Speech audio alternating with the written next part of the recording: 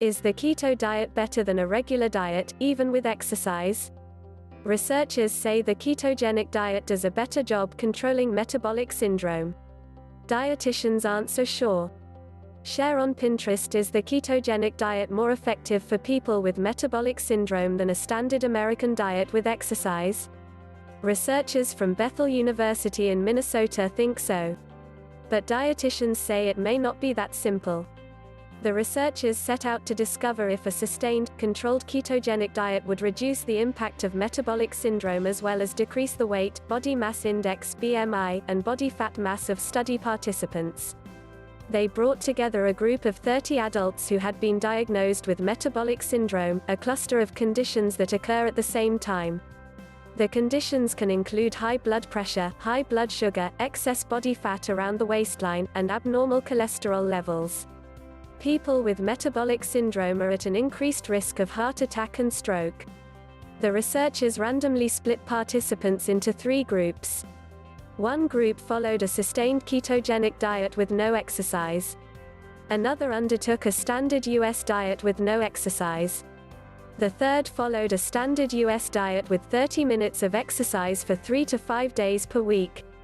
At the end of the 10-week period, those in the ketogenic group saw the best results for reduction of weight, body fat percentage, and BMI.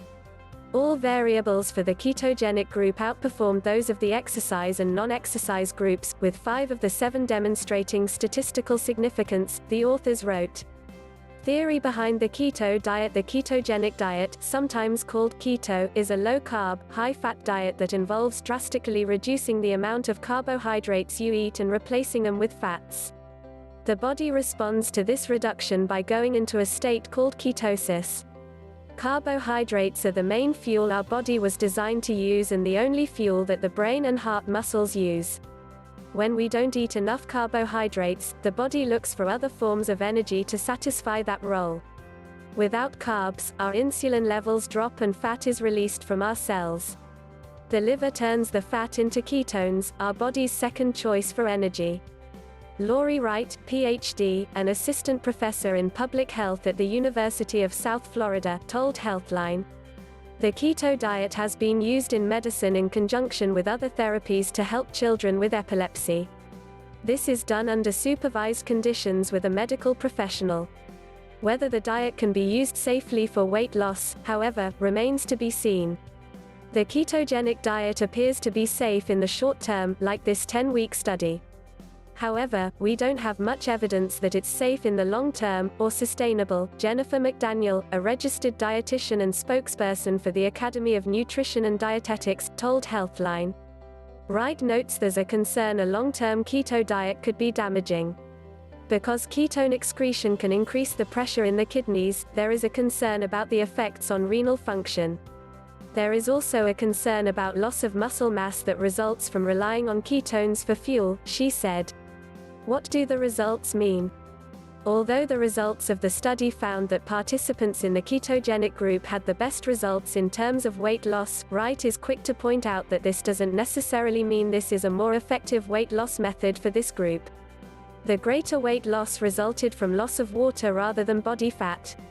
Studies show us that the water weight comes back quickly, and often people experience a rebound weight gain in response to the deprivation from the diet and changes in the metabolic rate.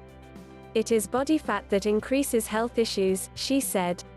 According to a 2015 study trusted source, approximately 35% of all US adults have metabolic syndrome.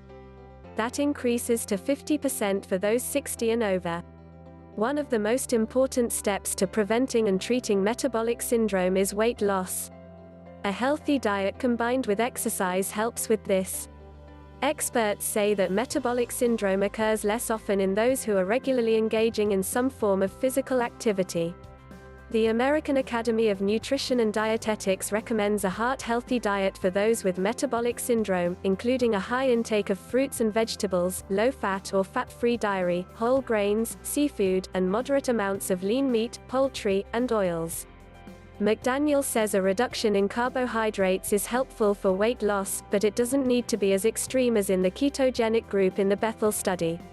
It appears low-carb diets, in general, tend to be more effective for weight loss compared to the standard American diet. Low-carb diets can help people lose weight, but they just don't have to be this extreme. We have strong evidence that high-quality carbs that contain fiber and resistant starches like vegetables, beans, and whole grains support weight loss and reduce risk factors of the metabolic syndrome, she said. Dana Huns, Ph.D., a senior dietitian at the Ronald Reagan UCLA Medical Center in Los Angeles, argues that although the study participants in the ketogenic group achieved seemingly better results, this could simply be due to the inadequacies of the standard American diet. Almost any diet instead of the standard American diet might result in similar, perhaps attenuated, results. A standard American diet is by no means a healthy diet. It is usually 30% fat, often high in saturated fat, 50% or more carbs, typically refined carbs that are high in sugar.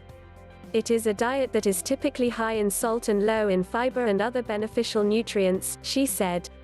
I'm not sure that comparing this diet, keto, to the standard American diet is really a fair analysis when they could have also compared it to other diets, known in the literature, to reduce the risks for metabolic syndrome. Huns added.